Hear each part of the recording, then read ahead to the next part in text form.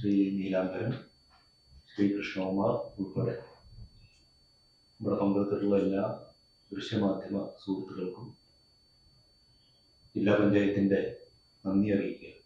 പ്രത്യേകിച്ച് നിങ്ങൾ ഇങ്ങനെ ഒരു കൂടിക്കാഴ്ചയ്ക്ക് ഞങ്ങളെ ക്ഷണിച്ചു എന്നുള്ളത് ഏറെ സന്തോഷകരമായിട്ടുള്ള കാര്യം. ഇവിടെ പുതിയ ജില്ലാ പഞ്ചായത്ത് എന്ന് പറഞ്ഞാൽ 7ാമത്തെ ജില്ലാ പഞ്ചായത്താണ്. ഈ വികേന്ദ്രീകൃത നടപടികൾ വന്നതിന് ശേഷം, പഞ്ചായത്ത് രാജ് സംവിധാനം വന്നതിന് ശേഷം, ത്രിതല പഞ്ചായത്ത് സംവിധാനം വന്നതിന് ശേഷം 7ാമത്തെ ജില്ലാ പഞ്ചായത്താണ് ഇപ്പോൾ രൂപീകരിക്കപ്പെട്ടിട്ടുള്ളത്. ആ ജില്ലാ പഞ്ചായത്തിന്റെ ഭാരവാഹികൾ എന്നുള്ള നിലയ്ക്ക് ഇപ്പോൾ പ്രസിഡന്റ് ഈ ജില്ലാ പഞ്ചായത്ത് മുന്നോട്ട് വയ്ക്കുന്ന വികസന കാഴ്ചപ്പാടിനെ സംബന്ധിച്ച്, അതിന്റെ ഒരു വിഷനെ സംബന്ധിച്ച് ഇവിടെ നമ്മുടെ ബഹുമാന്യ സുഹൃത്തുക്കളുമായിട്ട് ഇവിടെ പങ്കുവയ്ക്കുകയുണ്ടായി. ഈ ജില്ലാ പഞ്ചായത്ത് എന്ന് പറയുന്നത് കഴിഞ്ഞ ജില്ലാ പഞ്ചായത്തിന്റെ തന്നെ ഒരു തുടർച്ചയാണ്. ഇപ്പോ കഴിഞ്ഞ സാമ്പത്തിക വർഷം ആരംഭിച്ച നമ്മുടെ പദ്ധതി പ്രവർത്തനങ്ങൾ, ആ പദ്ധതി പ്രവർത്തനങ്ങൾ ഇനി ചുരുക്കം ദിവസങ്ങൾ മാത്രമാണ് നമ്മുടെ മുന്നിൽ അവശേഷിക്കുന്നത്. ആ പദ്ധതികൾ അത് പൂർത്തീകരിക്കുക എന്നുള്ളതാണ് ഇപ്പോൾ ഞങ്ങളുടെ മുന്നിലുള്ള ഏറ്റവും പ്രധാനപ്പെട്ട വെല്ലുവിളി. 2 മാസമാണ് ഇപ്പോൾ ഈ പദ്ധതി പൂർത്തീകരണത്തിന് വേണ്ടിയിട്ട് ഞങ്ങൾക്ക് ലഭിക്കുക. നമുക്കറിയാലോ, ഇപ്പോൾ നമ്മുടെ പടിവാതിലില് നിയമസഭാ തെരഞ്ഞെടുപ്പ് വന്നിരിക്കുകയാണ്. നിയമസഭാ തെരഞ്ഞെടുപ്പിന്റെ നോട്ടിഫിക്കേഷൻ ഫെബ്രുവരി അവസാനമോ മാർച്ച് ആദ്യത്തിലോ നോട്ടിഫിക്കേഷൻ ഉണ്ടാകും എന്നുള്ളതാണ് കരുതുന്നത്. അപ്പൊ സ്വാഭാവികമായിട്ടും തെരഞ്ഞെടുപ്പ് നോട്ടിഫിക്കേഷൻ വന്നു കഴിഞ്ഞാൽ പിന്നെ എല്ലാവരും ഈ തെരഞ്ഞെടുപ്പ് പ്രവർത്തനങ്ങളിലേക്ക് പോകും എന്നുള്ളത് മാത്രമല്ല, നമ്മുടെ പദ്ധതി പ്രവർത്തനങ്ങൾ മുഴുവൻ സ്തംഭിക്കുന്നതായിട്ടുള്ള സ്ഥിതിവിശേഷം വരും. അപ്പൊ അതിനു മുമ്പേ തന്നെ ഈ പദ്ധതി പ്രവർത്തനങ്ങൾ പൂർത്തീകരിക്കുന്നതിന് വേണ്ടിയിട്ടുള്ള വളരെ ഒരു ടൈം ബൗണ്ട് ആയിട്ടുള്ള ഒരു പരിപാടി തയ്യാറാക്കുക എന്നുള്ളതാണ് ഞങ്ങൾ ചുമതല ഏറ്റ ഉടനെ തന്നെ ജില്ലാ പഞ്ചായത്തിലെ ഉദ്യോഗസ്ഥന്മാരുമായിട്ട് പങ്കുവച്ചു. അതായത് അത് മണിക്കൂറുകളും അതുപോലെ തന്നെ ദിവസങ്ങളും ആക്കിക്കൊണ്ട് എങ്ങനെ ഈ കോടിക്കണക്കിന് ഉറുപ്പിക ചെലവഴിക്കാം, അതാണ് ഞങ്ങളുടെ മുന്നിലുള്ള ഏറ്റവും പ്രധാനപ്പെട്ട ഒരു വെല്ലുവിളി. അതിനിപ്പോ ഞങ്ങൾ ഉദ്യോഗസ്ഥന്മാരുമായിട്ട് ഞങ്ങൾ സംസാരം നടത്തിയിട്ടുണ്ട്. 2-3 വട്ടം സംസാരം നടത്തിയിട്ടുണ്ട്. 36 നിർവഹണ ഉദ്യോഗസ്ഥന്മാർ ജില്ലാ പഞ്ചായത്തിന്റെ കീഴിൽ വരുന്നുണ്ട്. ആ 36 നിർവഹണ ഉദ്യോഗസ്ഥന്മാരെയും വിളിച്ചു ചേർത്തുകൊണ്ട് ഈ പണം നഷ്ടപ്പെടാതെ, അതാണ് ഏറ്റവും പ്രധാനപ്പെട്ട പ്രശ്നം, പണം നഷ്ടപ്പെടാതെ കൊണ്ട് നമുക്ക് ഈ ഒരു സമയത്തിനുള്ളിൽ ടൈം ബൗണ്ട് ആയിട്ട് ഈ പദ്ധതികൾ പൂർത്തീകരിക്കുക. കാരണം ജനങ്ങളുടെ പണമാണ്, അവരുടെ ഒരുപാട് ആഗ്രഹങ്ങളും അഭിലാഷങ്ങളും ഉള്ള പദ്ധതികളാണ്. ആ പദ്ധതികൾ ജനങ്ങൾക്ക് ഗുണപ്രദമായിട്ടുള്ള രീതിയിൽ ആ പദ്ധതികൾ നടപ്പിലാക്കുക, അതൊരു സമയബന്ധിതമായിട്ട് ഇത് ദിവസങ്ങളെയും മണിക്കൂറുകളെയും കണക്കാക്കിക്കൊണ്ട് ഈ പദ്ധതികൾ നടപ്പിലാക്കുന്നതിന് വേണ്ടിയിട്ടുള്ള ഒരു ആസൂത്രണമാണ് ഞങ്ങൾ നടപ്പിലാക്കാനായിട്ട് ഉദ്ദേശിക്കുന്നത്. ഇതില് പ്രത്യേകിച്ച് എന്താ വെച്ചാൽ, ഇപ്പോ പ്രസിഡന്റ് ഇവിടെ വ്യക്തമാക്കിയല്ലോ, ഇപ്പോ ഒരു ജില്ലാ പഞ്ചായത്ത് അധികാരത്തിൽ കയറുന്ന സന്ദർഭത്തിൽ കയ്യടി നേടാൻ വേണ്ടിയിട്ടുള്ള പ്രഖ്യാപനങ്ങളല്ല ഞങ്ങളെ സംബന്ധിച്ചിടത്തോളം. നിലവിലുള്ള പദ്ധതികൾ പൂർത്തീകരിക്കുക എന്നുള്ളതിനാണ് ഏറ്റവും കൂടുതൽ മുൻഗണന കൊടുക്കുന്നതിന് വേണ്ടിയിട്ട് ഉദ്ദേശിച്ചത്. അതിൽ തന്നെ ഭവന നിർമ്മാണത്തിന്റെ കാര്യം പറഞ്ഞു. എത്രയോ കുടുംബങ്ങൾ ഒരു കൂര കിട്ടുന്നതിന് വേണ്ടിയിട്ട് കാത്തിരിക്കുന്നുണ്ട്.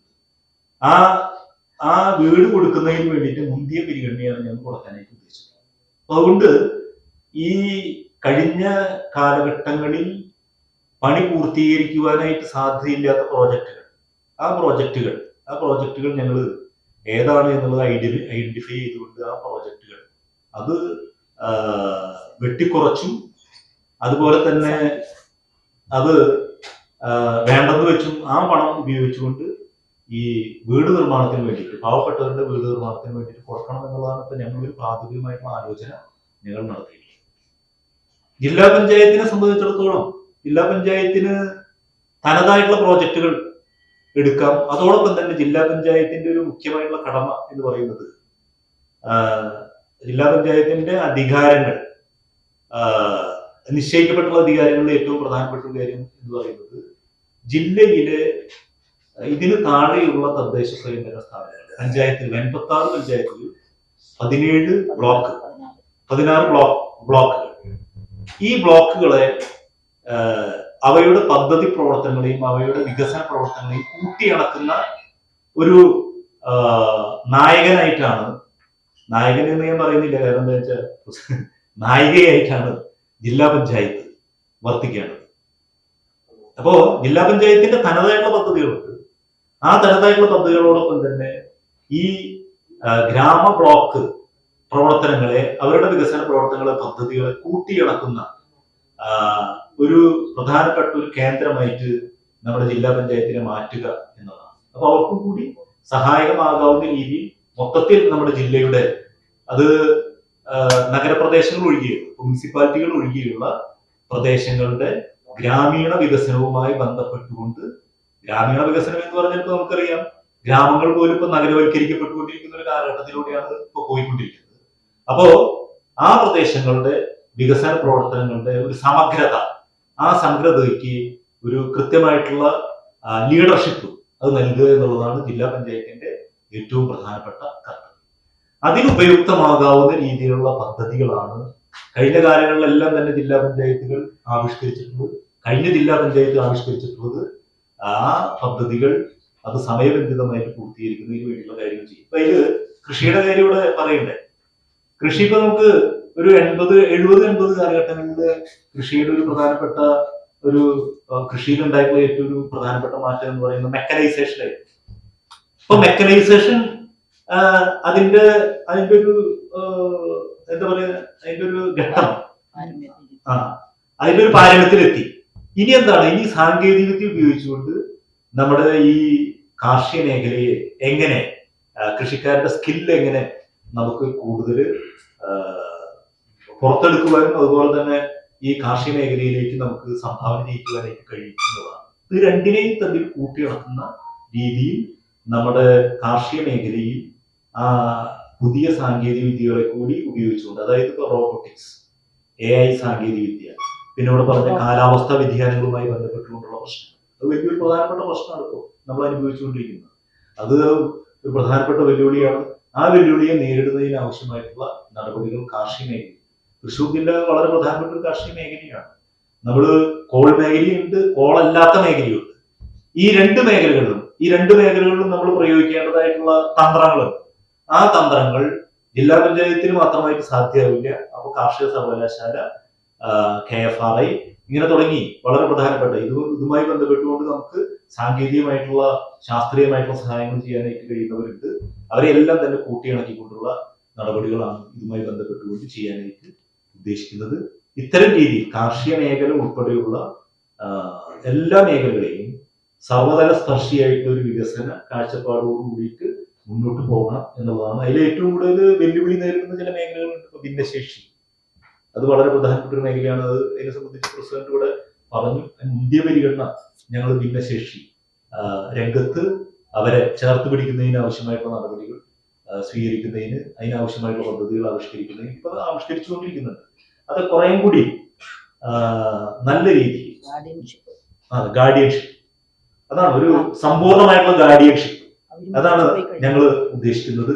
ഇപ്പോ ഞങ്ങൾ അധികാരമേറ്റ ഉടനെ നവവത്സരം ആഘോഷിച്ചത്, പ്രസിഡന്റും ഞങ്ങൾ മെമ്പർമാരും നവവത്സരം ആഘോഷിച്ചത് ഭിന്നശേഷി കുട്ടികളുമായിട്ട്, അവരുമായിട്ട് കേക്ക് മുറിച്ചുകൊണ്ടാണ് ഞങ്ങൾ നവവത്സരം ഞങ്ങൾ ആഘോഷിച്ചത്. അതുകൊണ്ട് ആ ഒരു മേഖലയിൽ ഒരു ടോട്ടൽ ഗാർഡിയൻഷിപ്പ് എന്നുള്ള രീതിയിൽ ഈ തൃശ്ശൂർ ജില്ലയെ ആ രീതിയിൽ മാറ്റിയെടുക്കുന്നതിന് വേണ്ടിയിട്ട് ഒരു ഭിന്നശേഷി സൗഹൃദ ജില്ലയായി നമുക്ക് മാറുന്നതിന് ആവശ്യമായിട്ട് ഈ ഗ്രാമ ബ്ലോക്ക് പഞ്ചായത്തുകളെ കൂടി അവരുടെ സഹകരണത്തോടുകൂടി പദ്ധതികൾ ആവിഷ്കരിക്കണം എന്നുള്ളതാണ് ഞങ്ങൾ ഉദ്ദേശിക്കുന്നത്. ഇങ്ങനെ ഒട്ടേറെ സ്വപ്നങ്ങളൊക്കെ ഉണ്ട്, കാഴ്ചപ്പാടുകളുണ്ട്. അതെല്ലാം പ്രാവർത്തികമാക്കുന്നതിന് തീർച്ചയായിട്ടും ഈ തദ്ദേശ സ്വയംഭരണ സ്ഥാപനങ്ങളുടെ സഹായം വേണം. ഒപ്പം തന്നെ ഈ പദ്ധതികളെല്ലാം തന്നെ നടപ്പിലാക്കുമ്പോൾ അതിനാവശ്യമായിട്ടുള്ള പ്രചരണം, നിങ്ങൾ വലിയ സപ്പോർട്ട് നിങ്ങളുടെ ഭാഗത്ത് നിന്ന് ഉണ്ടാവണം. അത് ഞങ്ങൾക്ക് വലിയ ഊർജ്ജമാണ്. കാരണം ഞങ്ങൾ ഈ നടത്തുന്ന പ്രവർത്തനങ്ങൾക്ക് നിങ്ങൾ നൽകുന്ന പ്രസിദ്ധിയും അതുപോലെ തന്നെ അതിനുള്ള പരസ്യം എന്നൊക്കെ പറഞ്ഞാൽ അത് ഞങ്ങൾക്ക് വലിയ ഊർജ്ജമാണ്. അത് മുൻകാലങ്ങളിൽ നിങ്ങൾ തൃശ്ശൂരിലെ ദൃശ്യമാധ്യമ സുഹൃത്തുക്കൾ നൽകിയിട്ടുണ്ട്, തുടർന്നും ഈ ഏഴാം ജില്ലാ പഞ്ചായത്തിന്റെ ഭാരവാഹികൾ എന്നുള്ള നിലയ്ക്ക് ഞങ്ങൾക്കും ആ ഒരു പിന്തുണയും സഹായവും സഹകരണവും നിങ്ങളുടെ ഭാഗത്ത് നിന്ന് ഉണ്ടാകണമെന്ന് വിനീതമായിട്ട് ഈ തൃശ്ശൂരിലെ ഒരു ടൂറിസം സർക്യൂട്ട് എന്നുള്ളത് കുറേയായിട്ട് ചർച്ച ചെയ്യപ്പെടുന്ന ഒരു ആശയമാണ്. പക്ഷെ ഫലപ്രദമായിട്ട് നടപ്പാക്കിയിരിക്കുക. ഇവിടെ സീസണലായിട്ടാണെങ്കിലും വിദേശികൾ ഉൾപ്പെടെ കുറേയധികം ആൾക്കാർ വരുന്നത്. അപ്പൊ അതിനെന്തെങ്കിലും ജില്ലാ പഞ്ചായത്തിന്റെ നേതൃത്വത്തിൽ സംവിധാനം ഉണ്ടാക്കുമോ ഒരു പരിഗണനയിലുള്ള ഒന്ന്. രണ്ടാമത് ഇപ്പൊ നമ്മുടെ ഈ തൊട്ടടുത്തുള്ള വടക്കഞ്ചേരി അവിടെ കുടിലിടം എന്നുള്ളൊരു പ്രദേശമുണ്ട്. അവിടെയൊക്കെ വളരെ മനോഹരമായിട്ട് പാടശേഖരങ്ങൾ വൃത്തിയായിട്ട് ഒരുക്കി അവിടെ ജൈവ പച്ചക്കറി കിട്ടും, മത്സ്യം കിട്ടും. അങ്ങനെ നല്ല രീതിയിൽ ആൾക്കാർക്ക് ചെറിയൊരു എൻട്രി ഫീസ് വാങ്ങിച്ചാൽ അവർക്കും ഗുണകരമാണ്. ആ ഒരു രീതിയിൽ നമ്മൾ ഡെവലപ്പ് ചെയ്യാൻ എന്തെങ്കിലും ശ്രമങ്ങൾ ഉദ്ദേശിക്കുന്നുണ്ടോ, അല്ലെങ്കിൽ വൈവിധ്യവൽക്കരണം പറഞ്ഞുകൊണ്ട് ചോദിച്ചാൽ. അതുപോലെ പ്രസിഡന്റ് ഈ എത്ര ഈ പൂർത്തീകരിക്കുന്ന പദ്ധതികൾ എത്ര കോടി രൂപയുടെ പദ്ധതി പൂർത്തീകരിക്കുകയാണ് പെട്ടെന്ന്? മൊത്തം ഒരു പഞ്ചായത്ത്, ഞങ്ങളുടെ ജില്ലാ പഞ്ചായത്തിന്റെ പദ്ധതി വിഹിതം എന്ന് പറഞ്ഞാൽ 120 കോടിയോളം രൂപയാണ് ഒരു വർഷത്തെ പദ്ധതി വിഹിതം. ആ പദ്ധതി വിഹിതം ചെലവഴിക്കാന്ന് പറഞ്ഞാൽ പദ്ധതികൾ ഇങ്ങനെ ആക്കി വെച്ചിട്ട് ചെറിയ ചെറിയ പ്രോജക്റ്റുകളായിട്ടൊക്കെയാണ് പോയേക്കുന്നത്, ചെറിയ റോഡുകളൊക്കെ ആയിട്ട്. അപ്പൊ അത് കുറച്ചൊക്കെ ഈ വിഹിതം കൊടുക്കും, പഞ്ചായത്തുകളിലേക്ക് വിഹിതം കൊടുത്ത് അങ്ങനെ കുറെ നമ്മുടെ റോഡുകൾ അതുപോലെയുള്ള വർക്കുകളൊക്കെ PWD ബന്ധപ്പെട്ട ഇന്റഗ്രേറ്റഡ് ആയിട്ടുള്ള പ്രോജക്റ്റുകളൊക്കെ ഉണ്ട്.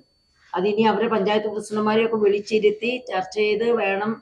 ഇപ്പൊ ചിലത് എഗ്രിമെന്റ് വെച്ചിട്ടുണ്ടാവും, ചിലത് ടെൻഡർ നടുവിലേക്ക് പോയിട്ടുണ്ടാവും, ചിലത് TS കിട്ടിയിട്ടുണ്ടാവില്ല. അപ്പൊ അതാണ് പറഞ്ഞത്, നടത്താൻ ഈ 2 മാസത്തിനുള്ളിൽ പൂർത്തീകരിക്കാൻ കഴിയുന്ന പദ്ധതികൾ ഏതൊക്കെയാണ് എന്ന് ടൈപ്പ് ചെയ്ത് സ്പീഡിലാക്കി അത് വേഗം നടപ്പാക്കുകയും പറ്റാത്തത് നമ്മൾ എന്ത് ചെയ്യുക, ഒന്നിയിലൂടെ വെച്ച് അവസാനിപ്പിക്കുക, അടുത്ത കൊല്ലത്തെ പ്രോജക്റ്റിലേക്ക് അത് മാറ്റുക എന്നുള്ള രീതിയിൽ ഓരോ വർഷവും കൊണ്ട് നമുക്ക് അത്രയും. ഈ വർഷം ഇപ്പൊ ഒരു 60 കോടിയുടെ പദ്ധതികൾ നടത്താൻ പറ്റുള്ളെങ്കിൽ 60 കോടി നഷ്ടപ്പെടുവാണ് നമുക്ക്. അടുത്ത വർഷം 60 കോടി നമുക്ക് കുറയും, സ്പിൽ ഓവർ എന്നുള്ള രീതിയിൽ പോകും. അത് ഉണ്ടാകാതിരിക്കാൻ വേണ്ടിയിട്ടുള്ളതാണ് ഞങ്ങൾ ഇരുന്ന് ഉദ്യോഗസ്ഥരൊക്കെ ചർച്ച ചെയ്തുകൊണ്ട് നമുക്ക് അതിൽ നിന്ന് എടുക്കാൻ പറ്റുന്ന കാശ് ഭവന നിർമ്മാണത്തിന് കൊടുത്ത് പദ്ധതികളുടെ പണം സ്പിൽ ഓവർ ആകാതെ രക്ഷിച്ചെടുക്കുക എന്നുള്ളതാണ് ഇപ്പം ഞങ്ങൾ ഏറ്റവും മുൻഗണന കൊടുക്കുന്നത്. ഈ 2 മാസം അതിന് വേണ്ടിയിട്ടുള്ള ഭഗീരഥ പ്രയത്നം നടത്തേണ്ടതുണ്ട്. കാരണം ഈ തദ്ദേശ സ്വയംഭരണ സ്ഥാപനങ്ങളിലേക്കുള്ള തെരഞ്ഞെടുപ്പൊക്കെ വന്നതിൻ്റെ ഭാഗമായിട്ട് കുറച്ച് താമസം വന്നിട്ടുണ്ടല്ലോ, ഉദ്യോഗസ്ഥന്മാരൊക്കെ വേറെ മേഖലകളായിരുന്നു. അതിൻ്റെ ഒരു കുറവാണ് ഇപ്പോൾ ഈ അവസാനത്തെ വർഷം നമ്മൾ അനുഭവിക്കുന്നത്. അപ്പോൾ അത് പരിഹരിക്കാനാണ് ഇപ്പം അദ്ദേഹം പറഞ്ഞ പോലെ. മറ്റൊരു കാര്യം എന്താണെന്ന് വെച്ച് കഴിഞ്ഞാൽ ഞങ്ങൾ പറഞ്ഞല്ലോ, ടൂറിസത്തിന് ഏറ്റവും അനന്തമായ സാധ്യതയുള്ളൊരു പ്രദേശമാണ്. അവിടെ ഈ പറഞ്ഞതുപോലെ എന്തൊക്കെയാണ് പ്രശ്നങ്ങളെന്ന് പഠിച്ച് അതിന് ആവശ്യമായ സഹായങ്ങൾ കൊടുക്കാൻ നമുക്ക് കഴിയും. ഇപ്പൊ പുള്ളു പോലെയുള്ള പ്രദേശം അല്ലേ, ധാരാളം വരുന്ന ഒരു പ്രദേശം, എത്രമാത്രം മനോഹരമാണ് അവിടെ ജില്ലാ പഞ്ചായത്തിന് എന്താണ് വരുന്ന ഈ സന്ദർശകർക്ക് ചെയ്യാൻ വേണ്ടി കഴിയുന്നത്, അതിനുള്ളൊരു പൊതുവിടം അവിടെ നമുക്ക് ലഭിക്കുമോ, ഇതൊക്കെ നോക്കി നമുക്ക് ചെയ്യാൻ വേണ്ടി കഴിയും. കുളങ്ങളും ഒക്കെ സംരക്ഷിക്കാൻ അതുമായിട്ട് ഇപ്പൊ നമുക്ക് ഇപ്പൊ മാടക്കത്ര പഞ്ചായത്തിലേക്ക് ചെന്നപ്പോ ബഹുമാനപ്പെട്ട നമ്മുടെ റവന്യൂ മന്ത്രി അദ്ദേഹം ഏകദേശം 3.5 കോടി രൂപ മുടക്കിയിട്ട് അവിടെ ഒരു വലിയ 1 ഏക്കർ 1.5 ഏക്കർ വലിപ്പമുള്ള ഒരു കുളം അതിമനോഹരമാക്കി നിർമ്മിച്ച് മുടിക്കോടൊക്കെ അങ്ങ് കയറുന്നിടത്താണ്, ചാട്ടുകുളം എന്ന് പറ്റിയ ആ കുളത്തിന്റെ പേര്. അപ്പൊ അത് എത്ര മനോഹരമാക്കിയിരിക്കുന്നു, ചുറ്റും നടക്കാനും എല്ലാമായിട്ടുള്ള സൗകര്യങ്ങൾ. ഫിറ്റ്നസ് സെന്റർ സ്ത്രീകൾക്കും പുരുഷന്മാർക്കും ഒക്കെ വന്നിട്ട് ആരോഗ്യ സംബന്ധമായ കാര്യങ്ങൾ ചെയ്യാനുള്ള ഫിറ്റ്നസ് സെന്റർ, ഓപ്പൺ ജിം അടക്കം എല്ലാം ഉണ്ടാക്കി വെച്ചിരിക്കുകയാണ്. ഇത് മാക്സിമം യൂട്ടിലൈസ് ചെയ്യുക, ഇതൊക്കെ ഈ ടൂറിസത്തിന്റെ ഒരു ഭാഗമാണ്. പിന്നെ ഞങ്ങളുടെ വാഴാണി മുതൽ ബീച്ച് വരെയുള്ള കോറിഡോർ ടൂറിസത്തിന് എത്രമാത്രം വലിയ ഒരു മേഖലയായിട്ട് തുറന്നു കൊടുക്കുന്നുണ്ട്. അതിന്റെ റോഡിന്റെ പണി 58 കോടി രൂപയുടെ റോഡിന്റെ പണി പൂർത്തീകരിച്ച് ഇപ്പൊ പൊങ്ങണങ്കാട് വരെ അതിമനോഹരമായ റോഡാക്കി മാറ്റി. അതിനുശേഷം കുടിക്കോടേക്കുള്ള റോഡിന്റെ പണി അതിവേഗത്തിൽ നടന്നുകൊണ്ടിരിക്കുക. അതുപോലെ കോൾപ്പാടങ്ങളുമായി ബന്ധപ്പെട്ടുകൊണ്ടുള്ളത് തെക്കുംകര പഞ്ചായത്തിലെ ചെപ്പാറ അടക്കമുള്ള ടൂറിസ്റ്റ് കേന്ദ്രങ്ങൾ, മിനി ഊട്ടി പോലെയുള്ള സംഭവങ്ങൾ. അപ്പോൾ ഒരു സ്ഥലത്തു നിന്നൊക്കെ ഒരു പഞ്ചായത്തിൽ തന്നെ ഒരു ഡെസ്റ്റിനേഷൻ, നല്ലൊരു ഡെസ്റ്റിനേഷൻ ഉള്ളതാണ് നമ്മുടെ ജില്ല എന്ന് പറയുന്നത്. അപ്പൊ ആ ഡെസ്റ്റിനേഷനിലൊക്കെ നമുക്ക് എന്ത് ചെയ്യാം. അതുപോലെ തന്നെ തൂമാനം വെള്ളച്ചാട്ടം, അതുപോലെ നമ്മുടെ ഇവിടെ എരുമപ്പെട്ടി പഞ്ചായത്തിലെ ചാത്തഞ്ചിറ, എത്രമാത്രം വലിയ ടൂറിസ്റ്റ് സ്പോട്ടുകളാണ്. നമ്മൾ വിദേശത്തൊക്കെ പോയി നോക്കുമ്പോഴാണ് അവരെത്രമാത്രം ഒരു ചെറിയ ഒരു ഇതുപോലത്തെ ഒരു സ്പോട്ടിനെ എത്രമാത്രം ടൂറിസ്റ്റുകൾക്ക് വേണ്ടിയിട്ട് അവരതൊക്കെ ചെയ്യുന്നുണ്ട് എന്നുള്ളത്. ടൂറിസം ഇതൊക്കെ നമുക്കറിയാം, എല്ലാവർക്കും പ്രൊജക്ട് ചെയ്ത് ഒഫീഷ്യലായിട്ട് ടൂറിസ്റ്റുകളൊക്കെ കൊടുക്കുന്ന സംവിധാനം ഇപ്പൊ ഇല്ല. അപ്പൊ സാധാരണ തൃശ്ശൂർ പൂരം ഗുരുവായൂർ ടെമ്പിൾ ടൂറിസം അതൊരു പ്രധാനപ്പെട്ട ഇതായിട്ട് വരുന്നുണ്ട്. സംവിധാനം ഉണ്ടാക്കിയാലൊക്കെ പ്രായോഗികമുള്ളൂ. നമുക്കത് നോക്കണം, ചെയ്യണം. കുറെയൊക്കെ ഇപ്പൊ വന്നല്ലോ, പഴയ കാലത്തെയൊക്കെ അപേക്ഷിച്ച് ഒരു 10 കൊല്ലം കൊണ്ട് ഒത്തിരി മാറ്റം ഏതൊക്കെ ആയാലും നമ്മുടെ ഈ രംഗത്ത് വന്നിട്ടുണ്ട്. അതിനൊരു തർക്കമില്ല.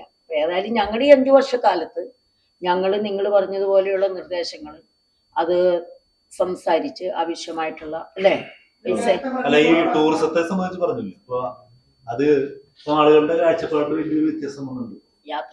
യാത്രകളുണ്ട്. ഇഷ്ടപ്പെടും. ഇപ്പോ വൈകുന്നേരങ്ങളില് വിശ്രമവേളകളുണ്ട്, അതിൽ പോയി ഇരിക്കുന്നതിനും അതുപോലെ തന്നെ ഒരു റിഫ്രഷ്മെന്റിന് വേണ്ടിയിട്ടുള്ള കുടുംബങ്ങൾ ധാരാളമായിട്ട് കുടുംബങ്ങൾ ഇപ്പോ മറ്റേ വൈകുന്നേരങ്ങളിൽ ഇത്തരം കേന്ദ്രങ്ങളിൽ പോകുന്നതായ സ്ഥിതിവിശേഷം.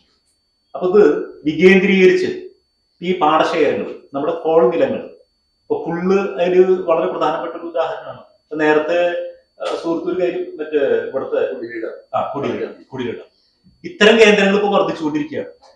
അപ്പൊ അത്തരം നമുക്ക് പ്രധാനപ്പെട്ട സ്പോട്ടുകൾ ഉണ്ട് അല്ലെ.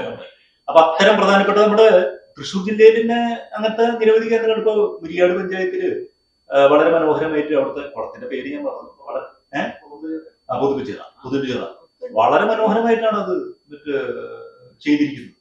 അത് നമ്മുടെ മറ്റ് 3 പഞ്ചായത്തുകളും കൂടിയിട്ടാണ് അത് ചെയ്തിരിക്കുന്നത്. ഇങ്ങനെ നിരവധി ഉദാഹരണങ്ങൾ നമുക്ക് ചൂണ്ടിക്കാണിക്കുവാനുണ്ട്.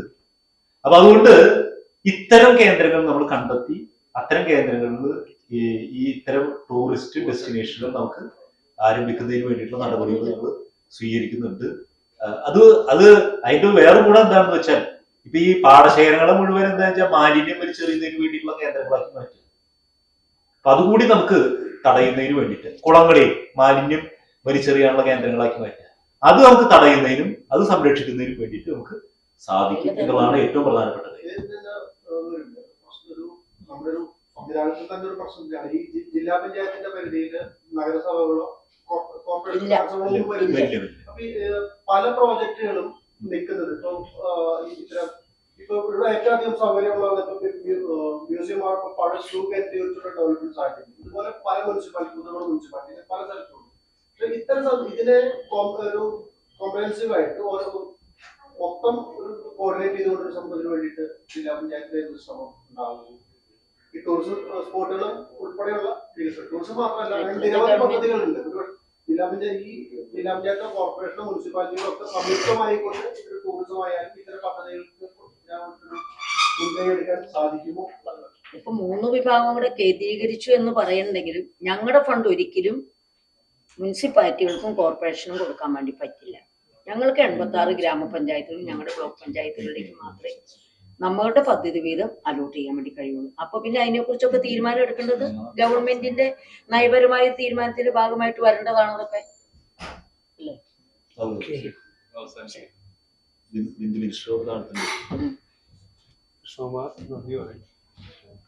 ഇവിടെ ജില്ലാ പഞ്ചായത്തിലെ പുതിയ തീർച്ചയായിട്ടും നമ്മളോട് കാര്യങ്ങൾ ചർച്ച ചെയ്തു. നമ്മുടെ ശ്രമം ചേച്ചിയ ചേച്ചിക്കും തീർച്ചയായിട്ടും പേരുള്ള നന്ദി രേഖപ്പെടുത്തുന്നു.